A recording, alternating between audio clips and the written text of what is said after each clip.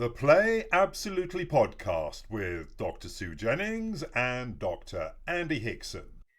Hello and welcome to another edition of the Play Absolutely podcast.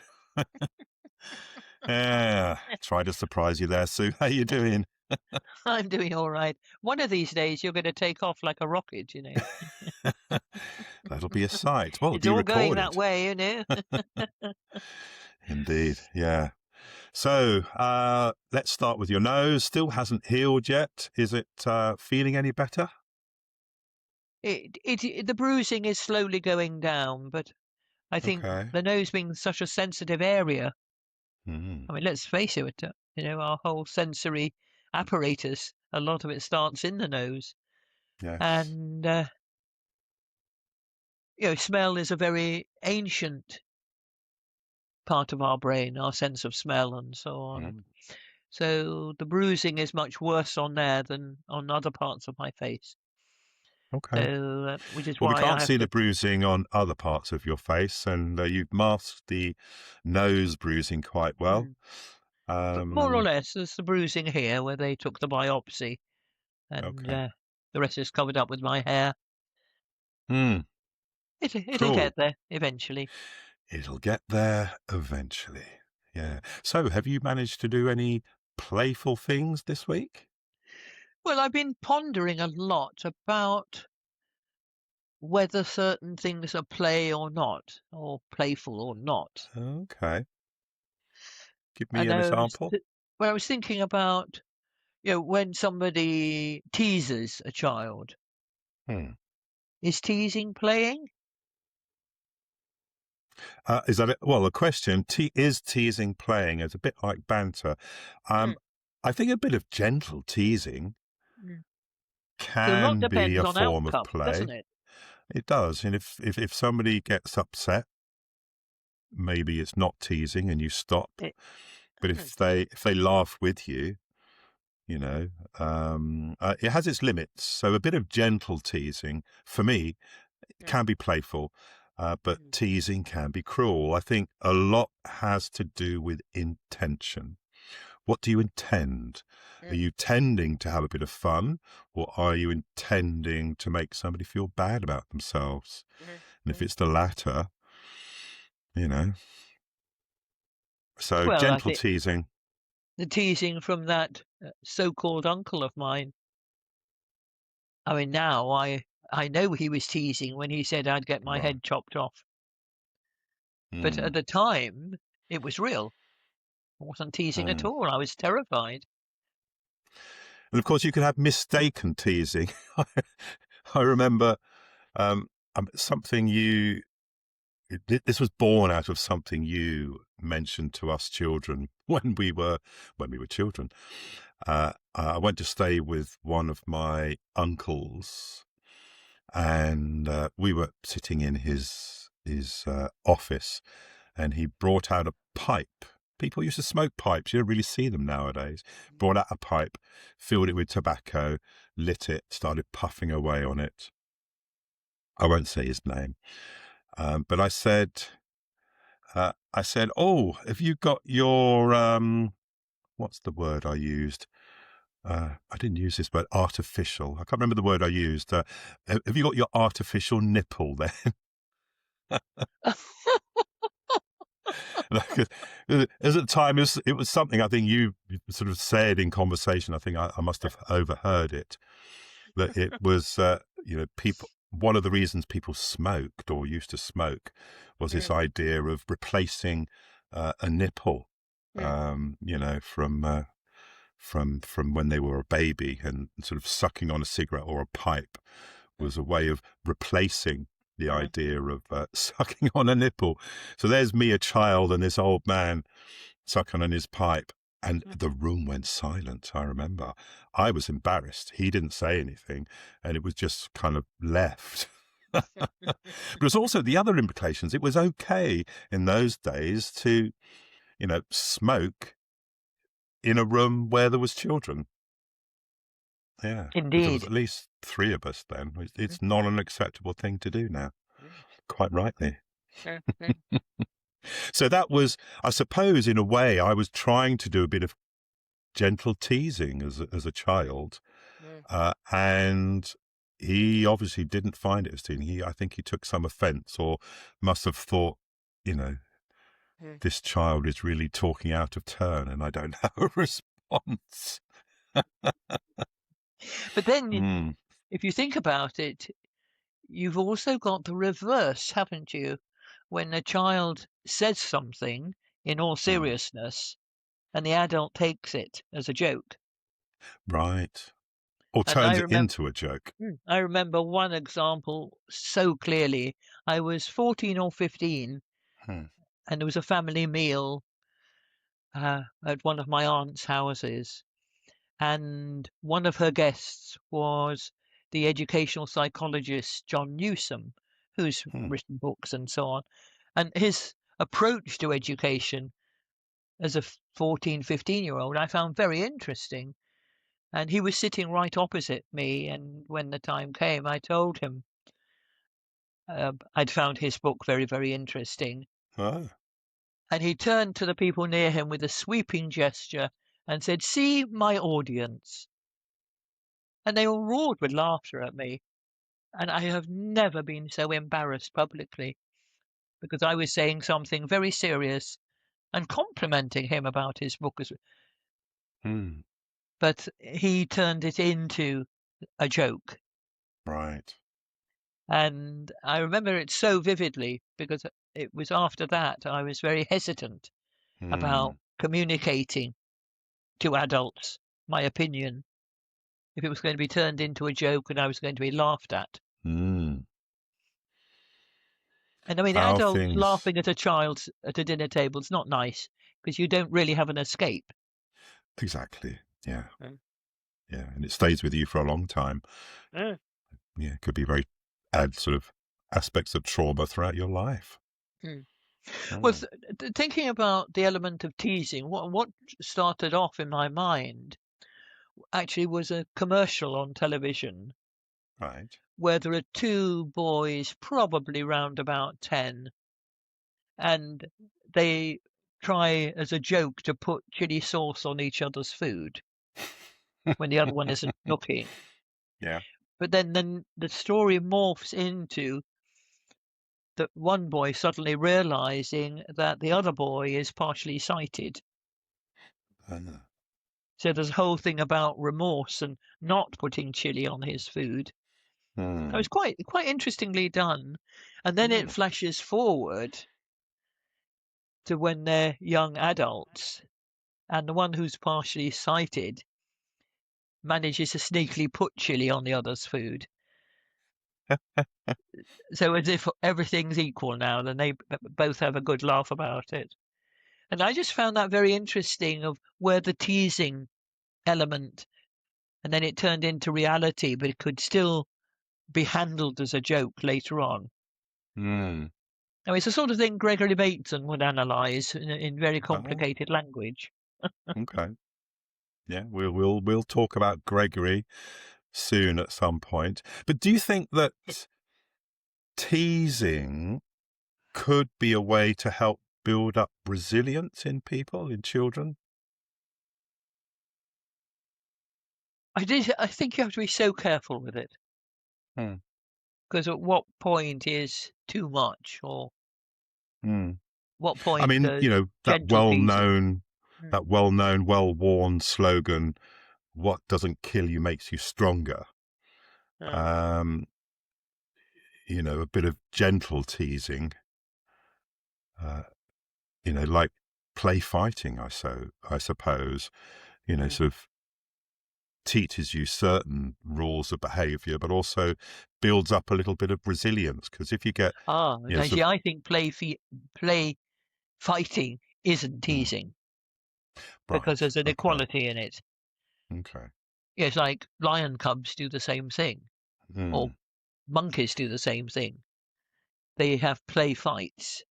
right, And actually, that's quite an extensive area of study. A lot of people have done research on that. mm.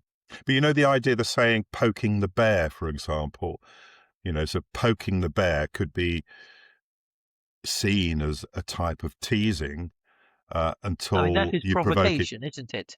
Provocation. So what's the difference then, okay, between teasing and provocation, do you think? I think provocation is a direct aggressive action or direct aggressive speech, Okay. that you say something to deliberately provoke a reaction. Hmm. I think when you tease somebody, there's an aspect about them. I mean, maybe they haven't tucked their shirt in, or maybe they've smudged their eyeshadow, or you know what I mean? Hmm. And you make a funny remark about it. Well, if it's done gently, then the person corrects it. If it's done cruelly, the person's overcome with embarrassment. And I Hmm. think Oh, embarrassment is something here. yeah. I remember in our last podcast we talked a little bit about sort of ritualistic behavior and ceremonies and so on, and just Mhm, slightly linking to that, in terms of this idea of teasing. We have certain dates, like on April the 1st is called April Fool's Day, where mm, you're supposed to play tricks on people. mm. And that's a form of teasing. And I'm in France. I think one of the things there is they try and attach a not a real fish, but like a paper fish on the back of somebody, so they end up walking around to work or through the street, through the house, whatever, with a fish hanging out of their trousers. Mhm. Again, a form of an April Fool, a form of teasing. So certain teasing you could maybe class as being ritualistic, could you? Well, immediately I think of the less well-known one of Mischief Night, which is the Hmm. 4th of November, the day Ah, before Bonfire Night, when you do right. practical jokes in the community, but Hmm. also think of what happens after a wedding ceremony when the Hmm. couple drive off with tin cans tied to the back of their car and slogans written on the car in lipstick and all sorts of things. Yes, we talked about that before as well in a previous Mm. pod, the But I mean, weddings. that's a similar thing, isn't it? Hmm. A form Yes, of I teasing. suppose. And it's forcing the people to be public about the fact that, every people see a car driving down the street with tin cans tied to the back, they know, oh, they've just got married. Yeah. So, before we go into our regular segment of the news, have you got any stories of teasing that you've either teased somebody else and it's been funny, or somebody's teased you and it's been funny, or where it's gone wrong? Well, one thing that I found difficult to live with, really, because it was repetitive, Hmm. was for me at secondary school when, and it all was triggered by the whole thing about my parents not allowing me to play hockey Right. because I was supposed to be training to be a ballet dancer. Hmm. But what that triggered was my contemporaries in my own class inventing a nickname for me, Hmm. that when I became a famous ballet dancer, because I had red hair, my name would be Karatowski Gingerovsky. No, I find that quite funny. And yeah, absolutely. At first, it is very funny, but they'd persist with it, Right. and they'd whisper it to me behind me in the class Hmm. and things like that. And I think you can persist with something that's teasing, and it can actually get in the way of friendship. It can, but also, I mean, when we sort of, I mean, maybe it's not, some people argue that's the sort of a gentle form of bullying, if you can be bullied gently.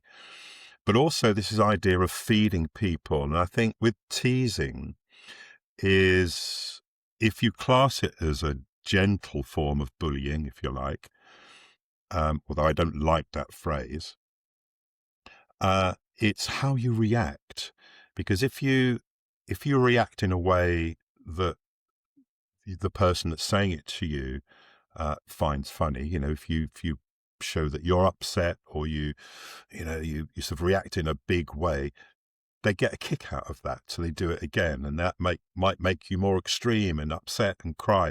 So in that way, you're feeding them to want to do it more. Whereas if one learns to, sort of ignore it, or like whatever, then you're not feeding them. They're not getting a reaction, and then they end up stopping doing it because ultimately it does become a power game. Yeah. That people realize they've got the power to upset you or make you react or drive you away or exclude you. Yeah. Cool. All right, let's go to our regular segment. Give you a chance to think of any more stories.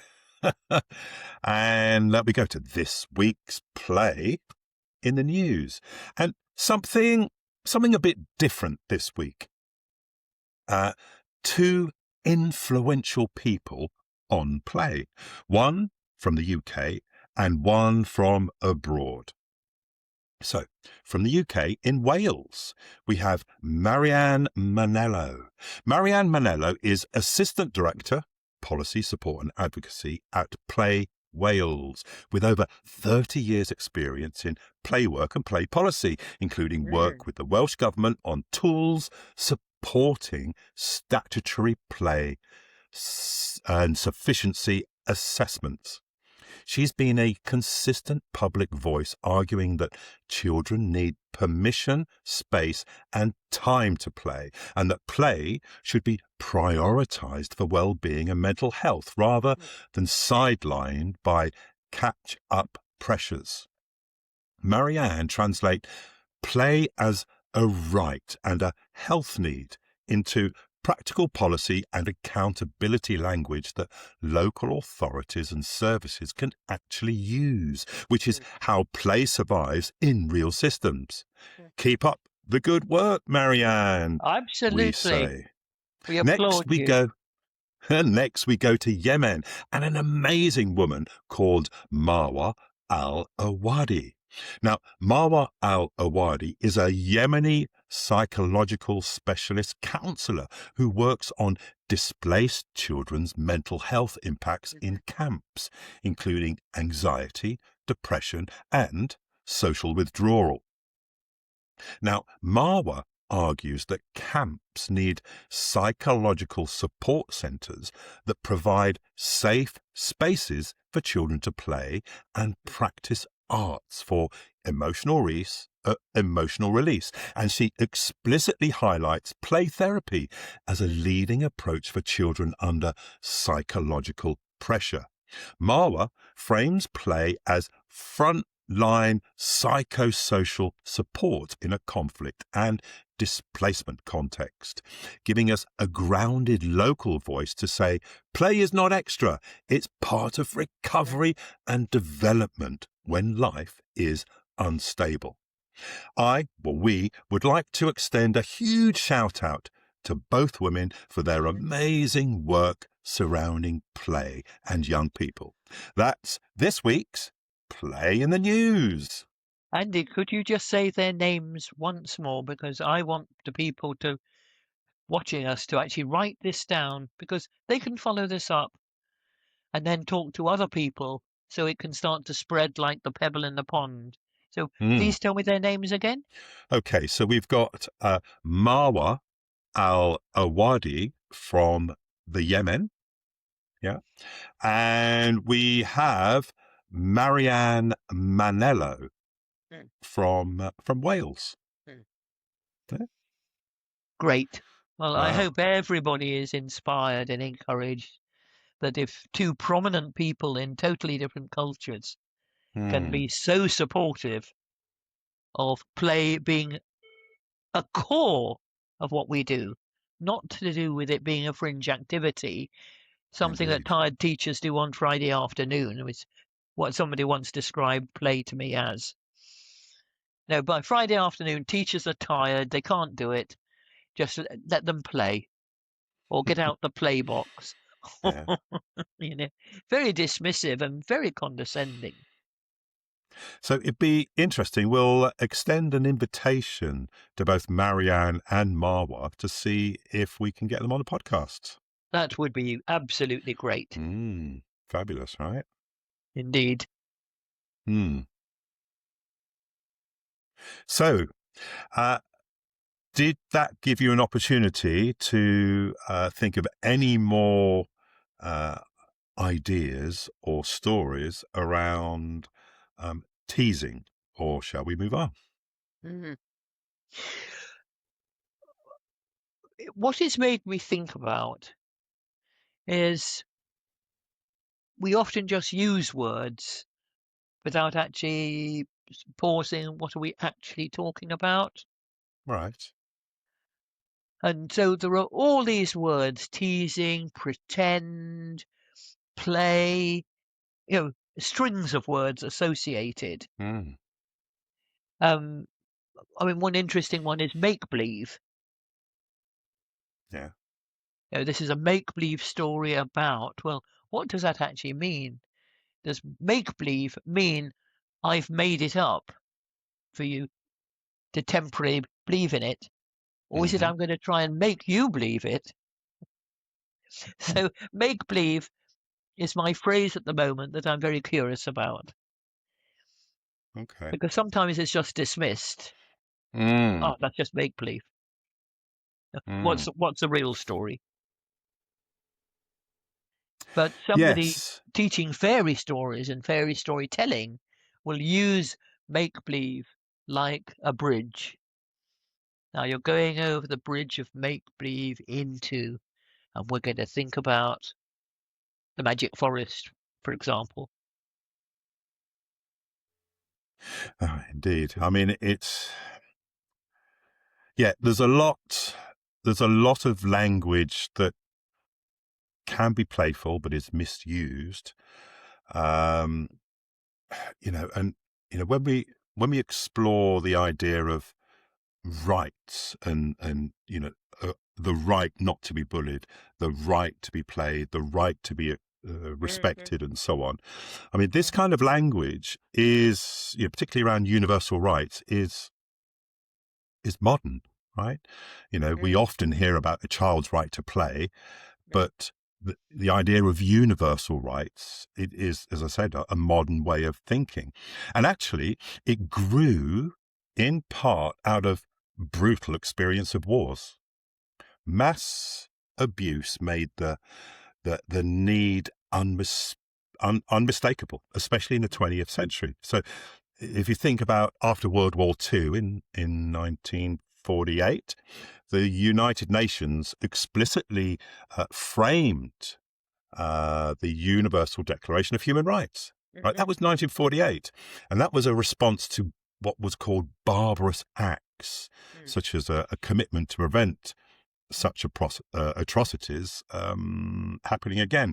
But I'm not sure if you're aware of this, Sue. It wasn't until 1959, right? So that's a long time after the UN Declaration of Human Rights, that there was so in 1959, the first explicit statement of a right to play was introduced. Yes, for children.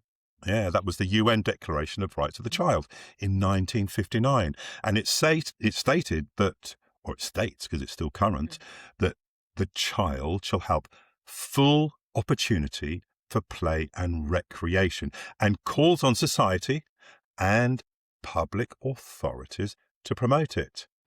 Now, universal rights didn't emerge because people suddenly became nicer. They emerged because societies had seen what power does without limits. And because a new idea took hold, dignity isn't earned by status.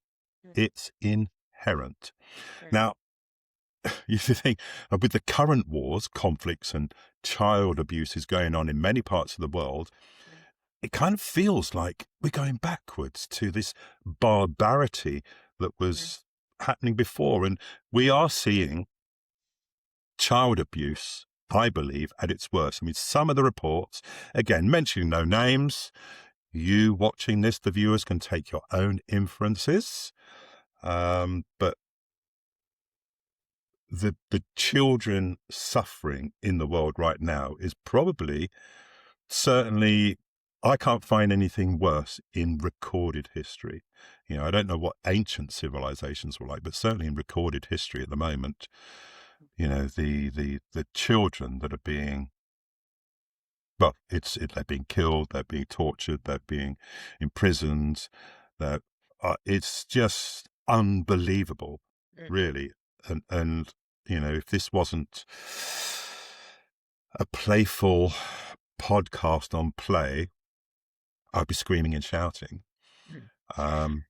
But we also, parallel to that, just as happened after World War II, to acknowledge that some initiatives on insisting on play are now coming back into prominence again.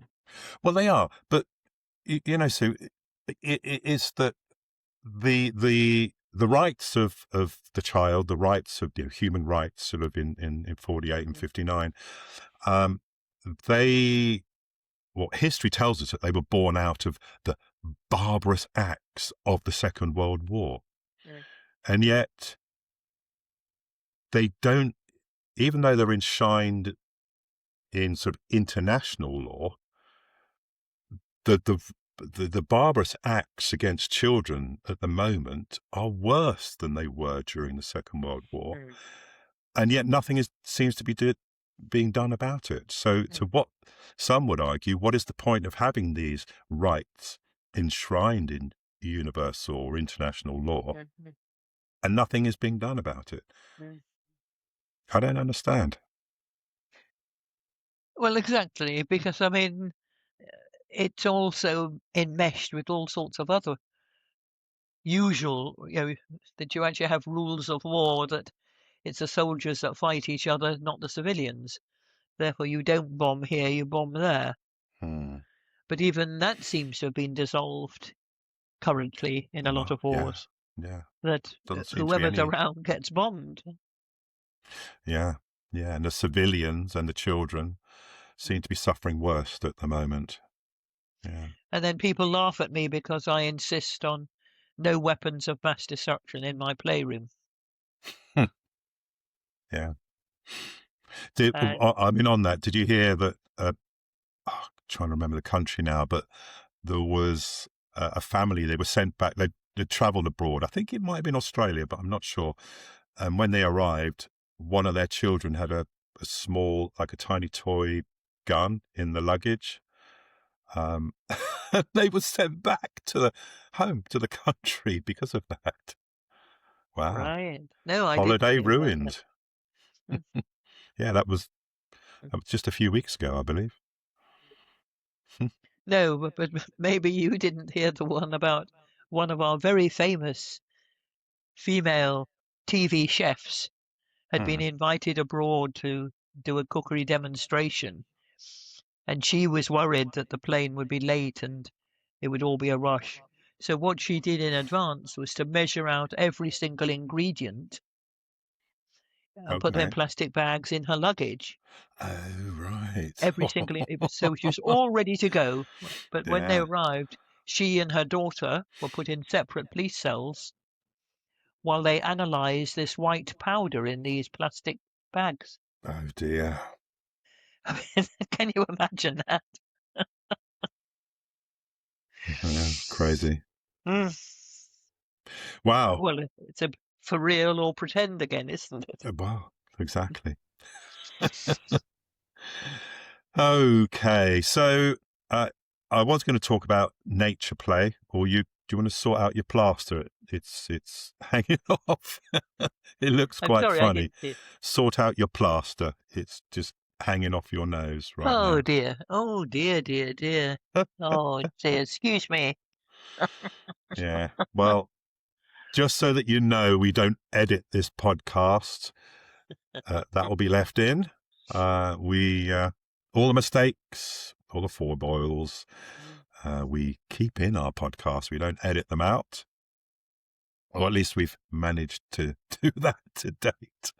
I was going to be talking about a bit about nature play and the things that I was going to do today. But I mean, you probably can't hear it at the moment. I don't know if it's the same where you are, Sue, but the wind has been roaring for the past 2 days, and it Really? is outside. It's Uh, difficult to move, and it's actually decreased the temperature hugely. uh, It was quite nice a few days ago, but now it is roaring, that mm. wind. Hmm. Also, we'll have lots of to talk about nature when we've been to the jungle and lived in nature, won't we? Well, of course, when this podcast goes out, we will indeed be in the jungle. Mm. Yeah. So, yeah, we've recorded this a few days in advance. So, imminently, we will be in the Temiyar jungle. So, Back to the nature. next podcast, we will hopefully be showcasing a lot of our experiences and adventures in play, in neurodramatic play, in the jungle. Right. Well, I think that's come to a clean end of today's Indeed. episode. So, as we always do, let's offer a couple of activities, Mm. playful activities that Mm. our viewers can use if they want to help reduce any anxiety, if they're feeling the blues, feeling a bit down, that can just help them raise their positivity. What have you got for us or for our viewers this week, Sue?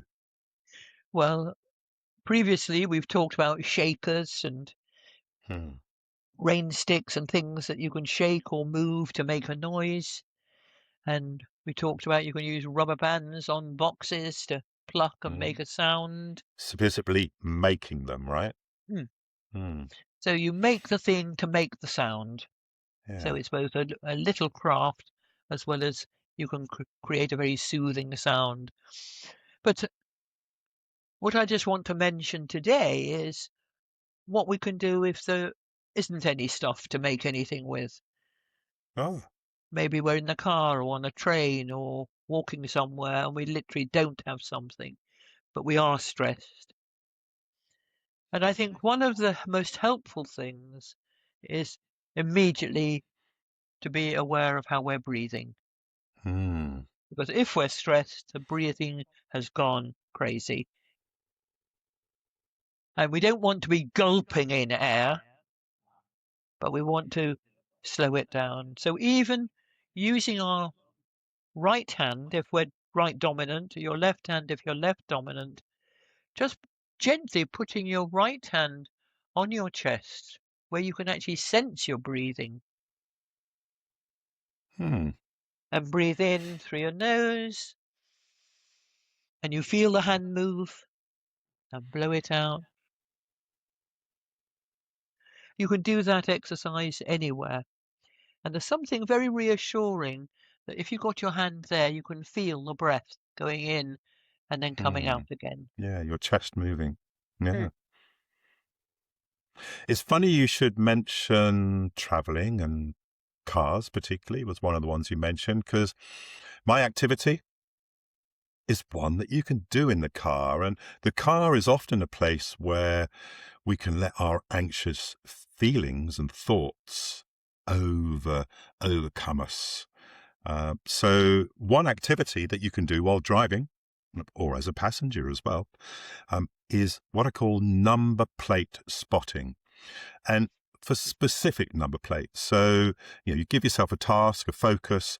You look for number plates that have words in them, and they might not be sort of proper words, because certain numbers will become certain letters. But you can play this going up any road, motorway. You're spotting number plates that have words in them or that can make words. So you're releasing your thoughts because your focus is on the number plates and looking for words. And that activity can pass quite a lot of time before you suddenly, you forget all the anxiousness that you're feeling, and even helps with the passage of time on a boring journey as well. famous number plates, as an example, is COM1C, which the 1 becomes an I. That spells comic. And a few famous comedians actually have had that number plate. It's passed few quite a lot. And there's many words, so yes, a 1 can become an I, and many other. A 4 can become what can a 4 become? Yeah, well, all the numbers can become different letters. So you're trying to find words in number plates. Yeah, can be fun for children and adults alike. You can even make it into a competition if you've got more than one person in the car. Very playful. So that's this week's podcast drawing to an end. Any last minute thoughts you want to share? Maybe we need to think about play as something that is with us all the time, and not just something we switch on when we remember. Because otherwise, out of play, we go back into the old stress, demanding, fast patterns. But if we have a playful character, a playful animal, maybe sitting on one shoulder, that gives us a little prod now and again. Hang on. You don't take that so seriously. So keep play with you. Keep play with you. Yeah, I like that. Yeah. Okay. Thank you for watching. If you've enjoyed this episode, please do give us a like. And if you can subscribe to the channel, that really helps the algorithm. And we'll end by saying, don't forget to play. Keep playing. Okay. Bye for now, and Bye. see you next Bye-bye. week.